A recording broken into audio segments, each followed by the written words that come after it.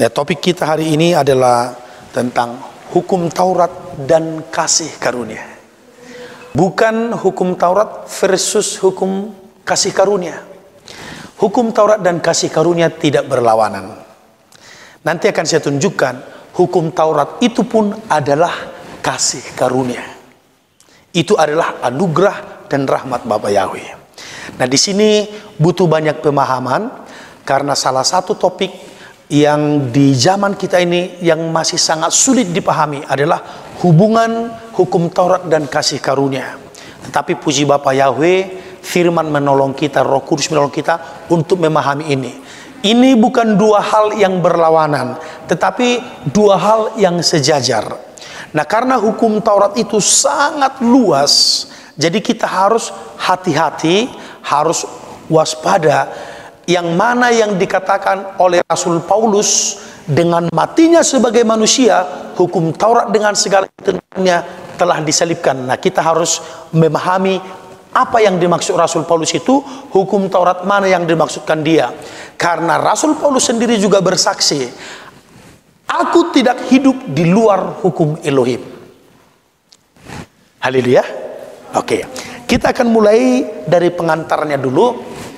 Nah, pengantar hukum Taurat ini dulu. Kita baca dulu Josua pasal 1 ayat yang ke-8.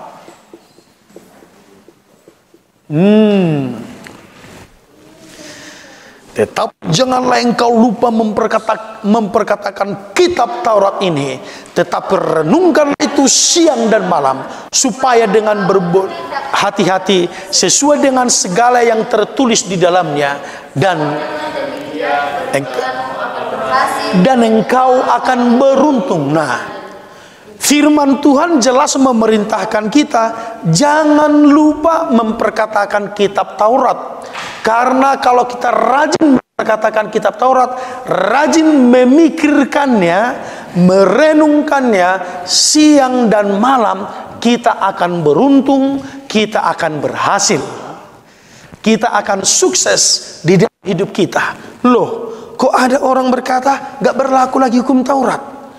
Wow, itu pemahaman yang berlawanan dengan firman. Haleluya.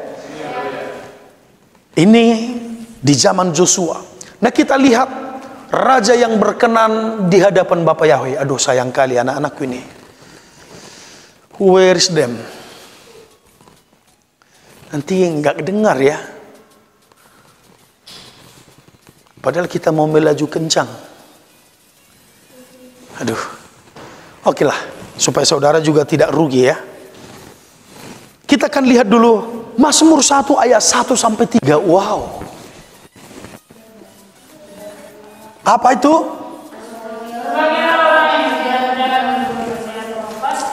Dan yang tidak duduk dalam kumpulan pencemooh, dan yang tidak berdiri di jalan orang berdosa. Tetapi yang kesukaannya ialah Taurat Yahweh, dan yang merenungkan Taurat itu siang dan malam. Ia seperti pohon yang ditanam di tepi aliran air, yang menghasilkan buahnya pada musimnya, dan yang tidak layu daunnya, dan apa saja yang diperbuatnya berhasil. Wow, amazing, amazing. I don't know, amazing, wonderful. Haleluya. Orang yang suka merenungkan Taurat Yahweh, dia menjadi orang yang berbahagia, menjadi orang yang berhasil, menjadi orang yang sukses. Kok ada orang anti hukum Taurat? Banyak orang benci hukum Taurat karena tidak memahaminya. Oh, ini pengantarnya dulu. Kita lihat dulu kehidupan Raja Daud.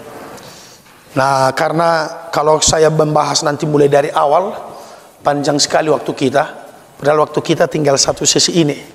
Mudah-mudahan nanti Pak Akademik Wakil Kepala Sekolah bisa membuat satu pertemuan lagi untuk kita bisa membahas tentang Sabat, tentang makanan yang tahor, yang dikehendaki Bapak Yahweh, tentang hari raya. Nah, mudah-mudahan nanti. Tapi ini khusus hukum Taurat dulu. Bagaimana Raja Daud menghidupi hukum Taurat itu, sehingga dia menjadi pribadi yang sangat disayang Bapa Yahweh. Menjadi pribadi, hanya dua tokoh di Alkitab yang Bapa Yahweh mengakui jiwaku berkenan kepadanya. Pertama Raja Daud, yang kedua Yeshua HaMashiach sendiri. Bayangin, Daud itu pernah jatuh ke dalam dosa, tapi selain daripada itu, seluruh hidupnya menyenangkan hati Bapa Yahweh. Kejatuhan Daud itu berkaitan dengan Bathsheba dan Uria orang Het. Itu saja kesalahan dia. Tetapi dalam hal yang lain, dia adalah orang yang sangat menyenangkan hati Bapa karena kecintaannya kepada Taurat Yahweh. Haleluya. Kita lihat contohnya di dalam Mazmur pasal yang ke-40 misalnya. Sangat banyak, saya akan memilih beberapa ayat saja. Mazmur 40 ayat 9. Aku suka melakukan kehendak-Mu ya Elohimku, Taurat-Mu ada di dalam dadaku. Haleluya. Itulah karena kecintaan kepada firman, berlomba-lomba, ya kan? Nah, firman Tuhan itu berlomba-lomba. Berlarilah kamu sedemikian rupa sehingga kamu memperoleh hadiah. Itu berlomba. Oke ya. Aku suka melakukan kehendak-Mu ya Elohimku, dan Taurat-Mu ada di dalam dadaku. Jadi Taurat Yahweh itu tersimpan di dalam hatinya Raja Daud setiap waktu. Itu sebabnya dia dapat memerintah dengan adil, karena dia melakukannya sesuai dengan Taurat. Itulah menjadi hikmat dia.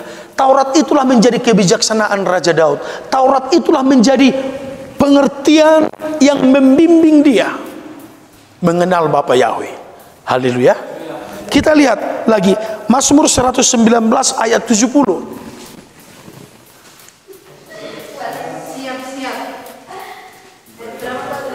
Mazmur 119. Iya, silakan. Hati mereka tebal seperti lemak, tetapi aku, Taurat-Mu ialah kesukaanku. Apa katanya? Taurat-Mu adalah Nah, Raja Daud itu ternyata kesukaan dia adalah melakukan Taurat Yahweh. Ini. Nah, kalau kita, apa kesukaan kita? Kalau mengisi formulir kan, makes, nasi goreng, makanan kesukaan. Mikes, jus alpukat, jeruk tambah terong Belanda, ya kan? Kalau ditanya Raja Daud, apa makesmu? Melakukan kehendak Yahweh, merenungkan Taurat Yahweh. Haleluya. Luar biasa beda ya. Tapi Yeshua HaMashiach kesukaannya juga sama. Yeshua berkata, makananku ialah melakukan kehendak Bapa yang mengutus aku. Taurat itu adalah kehendak Bapa. Taurat itu adalah pengajaran Bapa Yahweh. Dalam bahasa Ibrani namanya Torah, pengajaran Yahweh. Kalau udah pengajaran Yahweh, itulah jalan-jalan Yahweh. Torah itulah jalan-jalan dia. Itulah keinginannya, kehendaknya. Itulah dia melakukan seperti Taurat itu. Haleluya. Oke. Kita lihat lagi ayat yang berikutnya. Mazmur 94 ayat 12. Berbahagialah orang yang kau ajar, ya Yahweh, dan yang kau ajari dari Taurat-Mu. Berbahagialah orang yang kau ajari dari Taurat-Mu. Wow. Layak kita renungkan ini, Taurat ini. Lewat Taurat itu dia ajari kita. Torah, pengajaran Yahweh. Ada orang menamakan dirinya kelompok pengajaran, tapi tidak suka Taurat Yahweh. Padahal pengajaran itu Taurat, Torah. Haleluya. Banyak yang lucu memang dalam hidup ini. Oke, kita lanjutkan. Mazmur 119 ayat 18.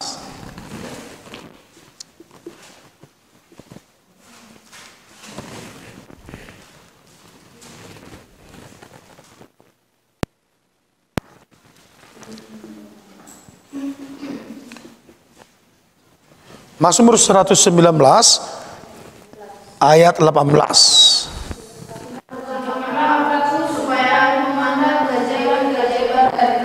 Singkapkanlah mataku supaya aku memandang keajaiban-keajaiban dari Tauratmu. Ternyata di dalam Torah itu banyak keajaiban.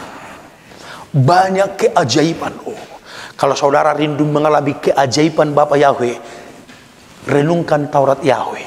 Lakukan Taurat Yahweh. Amin. Akan tersingkap mata kita ketika memandang, oh banyaknya keajaiban dalam Taurat Yahweh. Haleluya. Orang dunia dulu sebelum bertobat, karena dia rindu keajaiban-keajaiban dunia, ya kan? Dia hafal apa? Bukan Taurat dihafal, mantra-mantra. Ya kan? Itu dulu. Karena dianggap itu hebat. Aku kebal dipukul nggak sakit. Kalau ditampar tangan yang nampar itu sakit. Wah, dia anggap itu keajaiban. Rupanya itu kegelapan.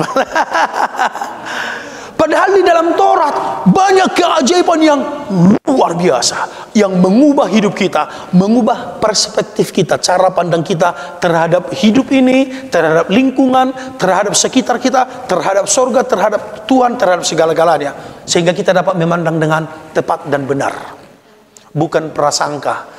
Ada orang di surga mereka yang mereka yakini, di surga itu nanti kerjanya kawin melulu. Makanya kalau masuk surga mereka itu nanti dikasih bidadari 72 paling rendah. Jadi kerjanya hanya itu aja, kawin-kawin. Ada orang seperti itu. Betul enggak? Mereka meyakini seperti itu karena mereka gak kenal Torah. Betul. Kalau saja mereka kenal Torah, di surga itu tidak ada kawin-mawin. Manusia hidup seperti malaikat. Hanya di dunia ini ya kita kawin. Tujuan Tuhan kita kawin di dunia untuk beranak cucu, supaya berketurunan, supaya memenuhi bumi. Itu tujuan Tuhan. Sesudah di surga enggak lagi. Tapi ada banyak orang meyakini di surga mereka kawin melulu.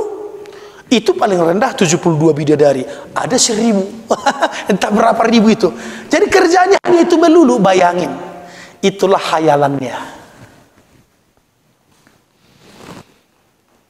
Ketika kita merenungkan Taurat yang benar, Torah Yahweh, kita akan dibimbing kepada kebenaran. Amin. Tidak meyakini takyul seperti itu. Mari kita baca lagi ayat 29, pasal yang sama, di pasal ini kita banyak. Ayat 29. Jauhkanlah jalan dusta daripadaku, dan karuniakanlah aku Tauratmu. Apa katanya? Karuniakanlah aku Tauratmu. Saya udah katakan tadi, Taurat itu juga adalah kasih karunia. Loh, kok banyak orang mempertentangkan hukum Taurat dan kasih karunia, padahal Taurat itu sendiri adalah karunia Bapa Yahweh, dikaruniakan kepada manusia. Karena lewat Taurat itu manusia mengerti cara hidup yang benar. Manusia mengerti hubungan sesama, bagaimana suami istri. Taurat mengajar itu loh. Maaf ya, agak lebih dalam dulu ku bahas sedikit. Hubungan suami istri diatur dalam hukum Taurat. Minta maaf, kalau istrimu lagi datang bulan, hukum Taurat melarang jangan berhubungan badan.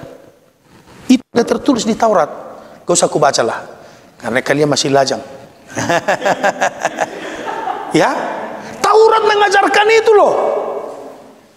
Apa yang tidak diajarkan dalam Taurat? Kalau orang mengerti hukum Taurat, seluruh hidup ini diatur dengan sempurna.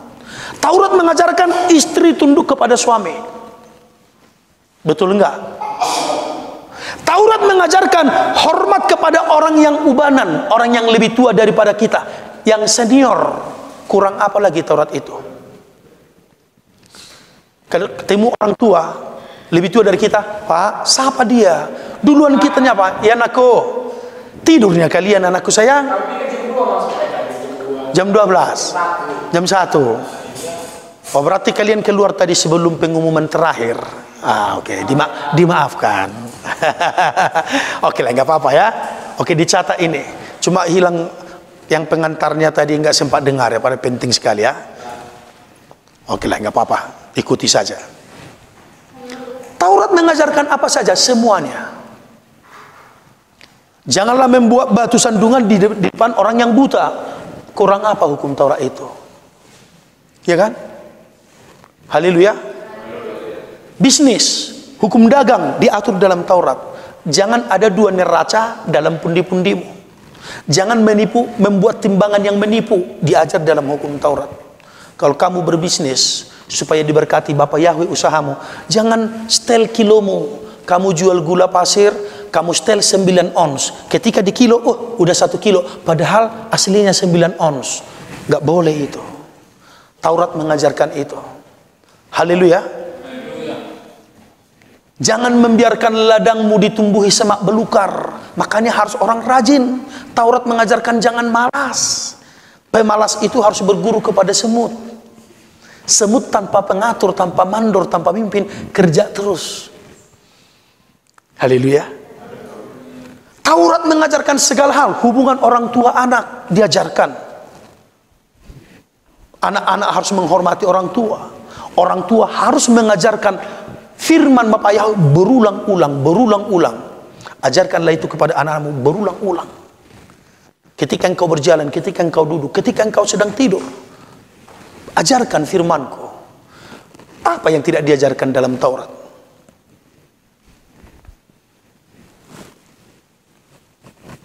Sumber daya alam di bawah bumi sana, Taurat memberitahukannya. Haleluya. Kekayaan alam di perut gunung-gunung, kekayaan laut, eksplorasi laut. Apa yang tidak dikasih tahu oleh hukum Taurat? Sayang kali banyak orang antipati hukum Taurat. Saya tidak tahu kenapa. Yang saya tahu, mereka tidak tahu firman Tuhan. Haleluya. Makanya ketika Daud berdoa, singkapkan mataku supaya aku melihat keajaibanmu. Dia nggak berdoa, Tuhan beri aku istri yang cantik. Bukan itu doanya. Singkapkan mataku supaya melihat keajaiban Tauratmu. Haleluya. Bahkan dia nggak berdoa, beri aku kekayaan. Tapi otomatis diberkati Bapak Yahweh jadi kaya. Karena sudah menghidupi Taurat. Haleluya. Kita lanjut lagi. Ayat yang ke-34. Mazmur yang sama. 34.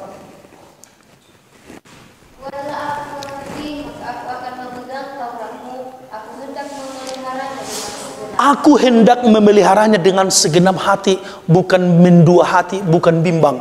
Buatlah aku mengerti, supaya aku berpegang. Aku hendak memeliharanya dengan segenap hatiku. Setelah mengerti, memang iman kita semakin kokoh. Ketika kita mengerti firman, iman kita makin teguh, makin kuat. Kalau ada kita nggak mengerti, iman kita pun bimbang. Kemana nih itu ya? Karena nggak ngerti firman itu.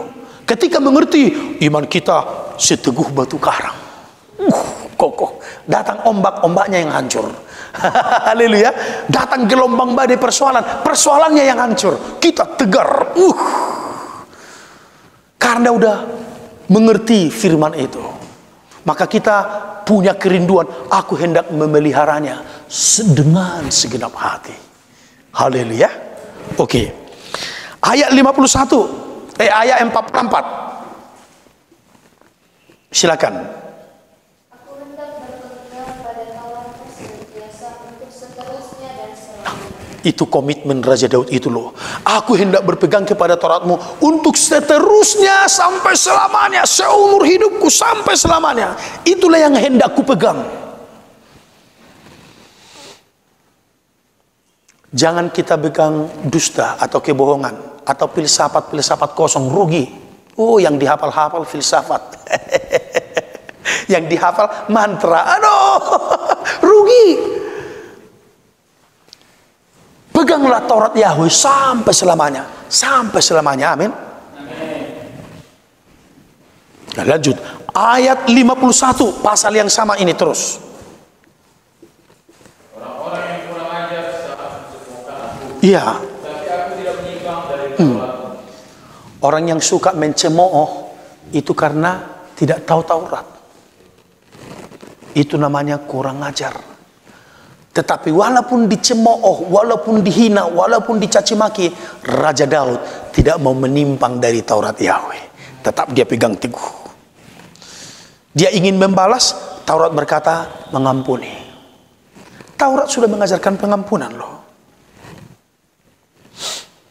Taurat mengajarkan perdamaian. Taurat mengajarkan tidak mencuri, ya kan? Kalau kamu memukuli ternak sesamamu, apa kata firman? Apa kata Taurat? Ganti. Haleluya. Nah, bedanya Taurat dengan kasih karunia setelah Yeshua dalam hal hubungan dengan manusia. Kalau di Taurat, kalau di hukum Taurat yang lama, perjanjian lama, gigi ganti gigi, nyawa ganti gaga, nyawa, mata ganti mata, patah ganti patah. Di dalam perjanjian baru, Yeshua mengajarkan ampuni, mengampuni. Tapi ada orang, ya aku suka Injil perjanjian lama lah. Katanya kan, ya terserah dia lah itu. Oke, kita lanjutkan dulu. Mazmur 119 ayat yang ke 53. Aku menjadi gusar terhadap orang fasik yang meninggalkan Tauratmu. Ya, jadi ketika Daud melihat orang fasik meninggalkan Taurat Yahweh, dia menjadi gusar. Aduh, kok nggak tahu orang ini. Dilihatnya orang makan darah, aduh gusar dia, gelisah dia, berkeluh kesah dia, masih makan darah. Dilihatnya orang masih suka dukun-dukun, aduh Tuhan, kok fasik kali lah orang ini ya, gusar dia, berkeluh kesah dia, masih suka berdukun. Padahal udah Kristen masih pula berdukun. Ayah, gusar dia. Ayat 55. Pada waktu malam aku ingat kepadamu ya Daud, aku hendak berpegang pada Tauratmu. Bangun dia pagi-pagi, malam-malam, dia ingin berpegang kepada Taurat Yahweh. Jadi kerinduan, obsesi hati Daud itu Taurat Yahweh. Obsesi dia itu firman. Apa firman Tuhan ya? Apa firman Tuhan ya? Dia hendak mengingat itu, dia hendak melakukan itu. Terbangun dia malam-malam, dia terobsesi apa Taurat Yahweh. Wah, kurasa langsung diambilnya buku kitab suci, langsung dibacanya. Alangkah baiknya kita kayak gitu. Bangun malam-malam, ambil Alkitab. Itu yang sudah benar kerinduannya seperti itu. Jangan bangun malam-malam, mana HP-ku, mau menonton video. Itu belum pas. Masih orang umum itu, ya kan? Masih orang biasa itu. Tapi bangun malam-malam, cari Alkitab, wah itu. Itu orang yang luar biasa. Itu yang sudah terobsesi firman seperti Raja Daud. Ayat berapa lagi? Ayat 55, ayat 77. Nah, ini harus banyak ini, kasih ayat dulu ini.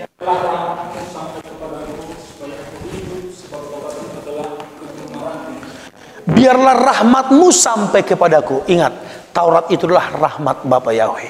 Taurat itu adalah anugerah Bapa Yahweh. Taurat itu adalah kasih karunia Bapa Yahweh. Biarlah rahmatmu sampai kepadaku, sebab Tauratmu adalah kegemaranku, kesukaanku. Nah, jadi dari segala hal yang paling digemari oleh Raja Daud itu adalah melakukan Taurat. Padahal makan sop lembu itu kan enak juga kan. Sop kambing, oh enak kali, aku suka itu.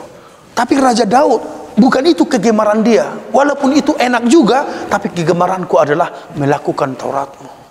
Hebat kali. Saya juga mau belajar ini kepada spirit Daud ini. Itu sebabnya dia memiliki roh penyembah yang luar biasa. Sedikit-sedikit dia langsung bisa menyembah. Karena Taurat Yahweh di dalam dadanya. Sedikit-sedikit dia langsung menciptakan pujian. Banyak kali lagu pujian diciptakan Raja Daud ini. Mazmur itu hampir 90% adalah tulisan Raja Daud. Ada juga Mazmur Salomo, ada juga Mazmur Asaf. Nah, beberapa sedikit. Selebihnya Mazmur Daud. Wow. Karena di hatinya itu siang dan malam, pikirannya itu Taurat Yahweh terus. Makanya Bapak Yahweh senang kali kepada Raja Daud ini. Aku telah menemukan orang yang jiwaku berkenan kepadanya. Kata Bapak Yahweh, Daudlah orangnya. Latar belakangnya tahu apa? Gembala kambing domba, bukan pejabat bapaknya, petani biasa, masyarakat biasa. Tapi karena kegemarannya Taurat Yahweh, Tuhan angkat derajat hidupnya sampai menjadi raja, orang terkemuka di dalam bangsanya. Kita pun demikian. Kalau kita suka merenungkan Taurat Yahweh, pasti Bapak Yahweh mengangkat derajat hidup kita, percayalah. Apapun latar belakangmu, Bapak Yahweh mampu mengangkat derajat hidupmu lebih tinggi lagi. Karena suka Taurat Yahweh. Haleluya. Kita lanjutkan. Ayat yang ke-92. Masih Mazmur yang sama. Sekiranya Tauratmu tidak menjadi kegemaranku, maka aku telah binasa dalam sengsara. Sekiranya Tauratmu bukan kegemaranku, maka aku sudah binasa, udah mati, udah tewas ketika aku mengalami sengsara. Jadi ketika kita mengalami penderitaan, masalah, persoalan, ingat Taurat Yahweh, ingat firman Bapak Yahweh. Itu akan menolong kita, amin. Apa kata Daud? Jiwaku sungguh menyadari betapa ajaib Engkau menciptakan aku.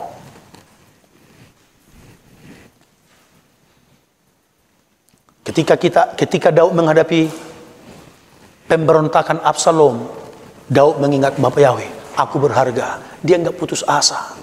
Dia enggak menyerah kepada musuh-musuhnya karena dia tahu aku berharga. Amin. Hidupmu berharga bagi Yahweh. Tak ada yang tak berkenan kepadanya. Dia ciptakanku turut firman-Nya. Sungguh terlebih indah bagi Dia. Dia berikan,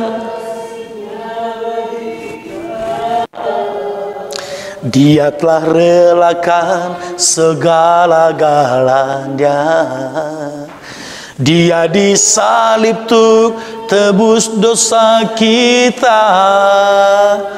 Karena hidupku sangatlah berharga. Bulu yang terkulai takkan dipatahkannya. Dia akan jadikan indah.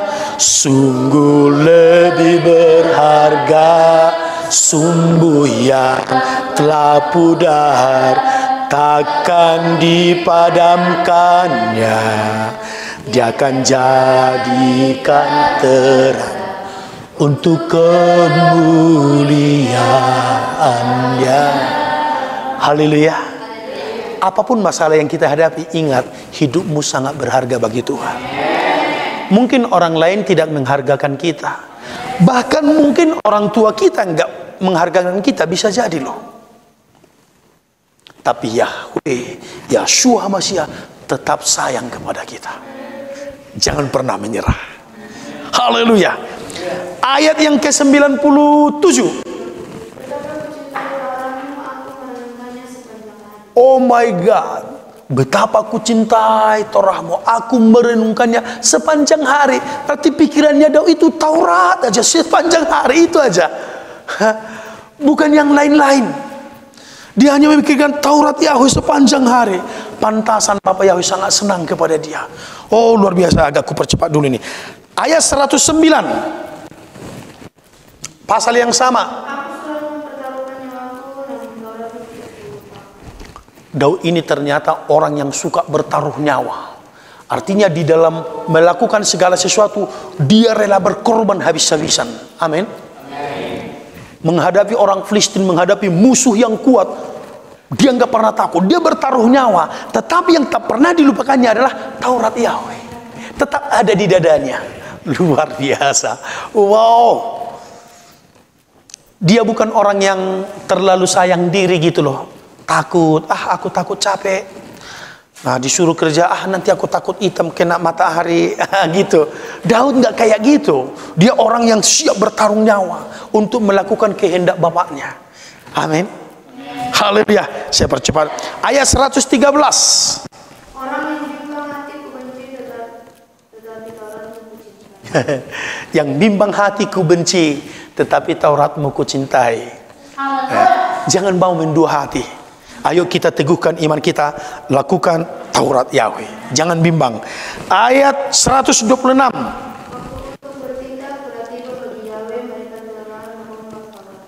Siapa yang merombak Taurat Tuhan? Taurat Yahweh. Banyak orang sekarang telah merombak Taurat Yahweh. Soal makanan, Tuhan berkata, inilah yang boleh kamu makan. Mereka rombak. Oh, itu dulu. Sekarang udah boleh. Nanti di poin khusus makanan tahor kita akan bahas itu. Banyak yang telah dirombak. Makanya waktu untuk bertindak telah tiba. Sekarang saya lihat Tuhan sudah bertindak loh. Memanggil manusia untuk dipulihkan. Kembali kepada yang benar. Haleluya. Kisah Cornelius di Kisah Rasul 10 itu banyak disalah tafsirkan orang. Ketika dia melihat penglihatan itu, segala binatang najis ada di situ. Lalu berhenti di ayat itu. Nah, kan udah boleh diperintahkan. Padahal arti penglihatan itu ada di bawah. Ketika Daud bertemu dengan Cornelius dengan semua orang yang ada di rumahnya, Petrus berkata, sekarang aku telah mengerti. Apa yang dia mengerti? Penglihatan yang semalam itu, karena dia bertanya-tanya terus di hatinya, apa arti penglihatan ini? Bahwa aku tidak boleh menyebut najis apa yang sudah dikuduskan oleh Tuhan. Dahulu bagi seorang Petrus, bagi seorang Yahudi, najis masuk di rumah orang kafir, di luar Yahudi kafir, di luar Israel kafir, najis. Sekarang aku sudah mengerti, aku tidak boleh lagi menyebut kamu najis karena kamu sudah percaya Yesus Masiah. Bukan tentang makanan lahiriah, daging ular jadi boleh dimakan, bukan itu. Tapi banyak orang mengartikan di situ karena berhenti di ayat yang di atas itu aja. Oke, poin khusus itu nanti. Ayat 136. Jadi Daud itu suka menangis ketika melihat orang memberontak kepada Taurat. Dia menangis, mencucurkan air mata, berdiri dengan Tuhan, kasihan kalilah mereka enggak tahu Tauratmu. Jadi hati Daud itu ternyata lembut hati ya, hancur hati melihat orang jahat, lembut hati. Dia enggak menghakimi, tapi menangis dia. Mungkin dibawanya dalam doa. Oh, luar biasa. Ayat 142. Iya. Tauratmu yang benar, haleluya. Mau hidup benar, ikuti perilaku yang benar, ikuti Taurat Yahweh. Kalau yang membenarkan kita secara roh itu darah Yeshua. Setelah itu untuk membimbing perilaku kita sehari-hari, ikuti Taurat Yahweh, firman Bapa Yahweh. Nah, untuk pengantar ini saya pilih 20 ayat saja. Ayat 165.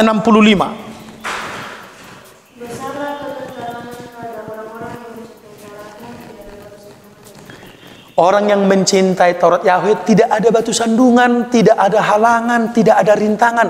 Besarlah kesejahteraan, besarlah kemakmuran, keberuntungan, keberhasilan bagi orang yang mencintai Taurat Yahweh. Haleluya. Haleluya. Sekarang kita masuk kepada poin yang berikut. Jadi kalau begitu, mengapa Rasul Paulus dalam Efesus pasal 2 ayat 12 sampai 16, kita lihat dulu. Rasul Paulus dalam Efesus pasal 2 ayat 12 sampai 16 berkata bahwa dengan matinya sebagai manusia, hukum Taurat telah dibatalkan. Mari kita lihat apa yang dibatalkan. Apakah pengajaran ini yang dibatalkan? Bukan. Lihat, silakan baca. Bahwa waktu itu kamu tanpa Hamasiah tidak termasuk kewargaan Israel dan tidak mendapat bagian dalam ketentuan-ketentuan yang dijanjikan, tanpa pengharapan dan tanpa Elohim di dalam dunia. Tetapi sekarang dalam Hamasiah Yahshua, kamu yang dahulu jauh sudah menjadi dekat oleh darah Hamasiah. karena dialah damai sejahtera kita yang telah mempersatukan kedua pihak dan yang telah merubuhkan tembok pemisah, yaitu perseteruan. Sebab dengan matinya sebagai manusia, ia telah membatalkan hukum Taurat dengan segala perintah dan ketentuannya, untuk menciptakan keduanya menjadi satu manusia baru di dalam dirinya, dan dengan itu mengadakan damai sejahtera. Dan dengan itu mengadakan damai. Sampai di situ aja. Sebab dengan matinya sebagai manusia, ia telah membatalkan hukum Taurat. Wow, ini mengejutkan loh. Pernyataan ini mengejutkan. Apakah Rasul Paulus salah? Tidak. Cuman kita harus hati-hati, hukum Taurat yang mana yang dimaksud Paulus ini dibatalkan. Karena hukum Taurat itu luas loh. Saya sudah sebutkan tadi tentang apapun diajarkan dalam hukum Taurat. Segala hal. Saya sudah sampai sebutkan, sampai hubungan suami istri pun diatur hukum Taurat. Jadi apakah itu batal? Coba langgar. Maaf. Coba suami-suami terus berhubungan badan dengan istrinya lagi datang bulan. Apa enggak sakit kanker istrinya? Kanker rahim. Betul apa enggak? Tanya dokter nanti kalau enggak yakin. Oke, baiklah, maaf ya. Maaf. Coba dilawan terus hukum Taurat. Makan terus daging babi itu. Apa enggak kolesterol? Dijamin kolesterol. Gak peduli mau didoakan mau enggak, itu kolesterol. Haleluya. Gak percaya, tanya dokter. Makan terus seafood itu, udang kepiting apa itu, langgar terus, apa enggak kolesterolan, naik kolesterolnya. Gak bisa dilawan itu hukum Taurat. Itu cara hidup terbaik, karena itu jalan Bapa Yahweh. Haleluya. Tapi kenapa Rasul Paulus udah ditiadakan? Apanya yang ditiadakan ini? Sedangkan di dalam Matius 5, Yahshua berkata, coba kita baca ayat 17.